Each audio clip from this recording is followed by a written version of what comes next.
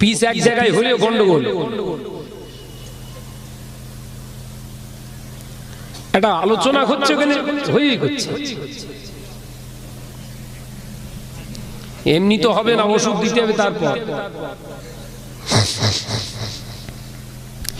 ও নজরে যুবকেরা, ছেলেরা, বাচ্চারা, আল্লাহ নবী দিন দুনিয়া বাদশাহ হাবিবুল্লাহকে, নবী জনাবে মুহাম্মদ রাসূলুল্লাহকে সাল্লাল্লাহু আলাইহি ওয়াসাল্লাম পাঁচ জবানে জানিয়ে দিয়ে গেলে, ও আমার আলেম উম্মত উম্মতিরা, আমি রাসূলুল্লাহ বড় আশা করে তোমাদের আমি রাসূলুল্লাহ হাদিস বলে গেলাম।